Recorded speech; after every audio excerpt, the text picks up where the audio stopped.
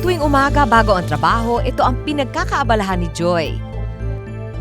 1 taon nang nakaraan na may makaparaw siyang bukol sa kanyang dibdib. Lagi ko siyang chine-check na kung lumalaki ba. Nung dati maliit pa lang, tapos lumalaki nga. Lalo na pag stressed ako, sumasakit talaga siya ng sobra.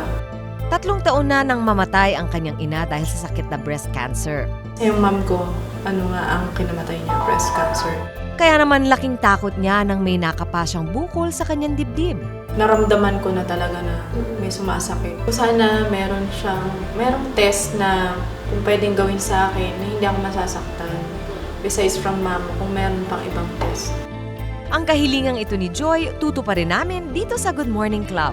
Hello! Hi! Hi, Joy! Hi, Joy. Welcome. Si Dina. Hello. Hi. Ninenervyos ka ba?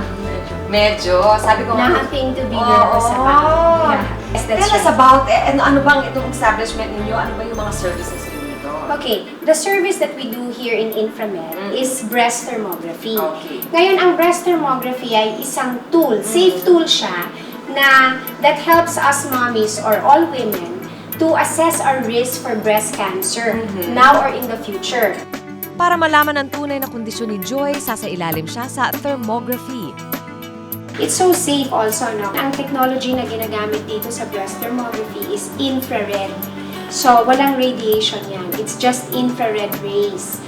So ito na yung actual thermography na mga 5 minuto lang pala. At saka makikita natin na walang humahawak sa kanya, no contact, talagang kumbaga kinukunan lang ng litrato. Kaya talagang painless at walang kailangan ikatakot.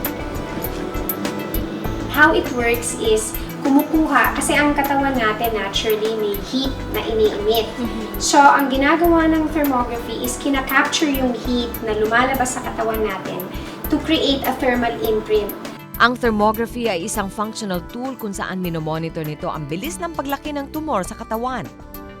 Ang mammography naman at iba pang anatomical tool tulad ng MRI, ultrasound at CT scan ay detection tool na tumutulong i-locate kung saan specific area sa katawan makikita ang tumor o bukol na nakikita sa thermography result.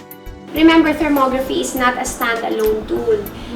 Lalo na kung high risk ka sa reading mo ng thermography, kailangan isusupport mo yan with anatomical tools just to see para you have all factors covered. Ang bilis din Tapos na, nakaraos din. Kamusta? Okay lang naman kasi mabilis naman yung process at saka hindi ka naman masyadong mahihiya dahil nga ang kasama mo sa loob babae naman. Para ka na nagpa-picture. Kasi ang ginagamit is camera lang.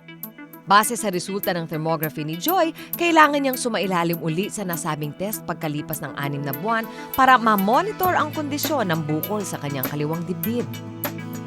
O yan mga Mars, diba may kasabihan nga, an ounce of prevention is better than a pound of cure. Kaya kung meron kayo nararamdaman, mas mabuti maagapan agad para lagi tayong feeling healthy at mas maganda at mas magaling nating magagampanan ang ating mga role sa ating mga pamilya.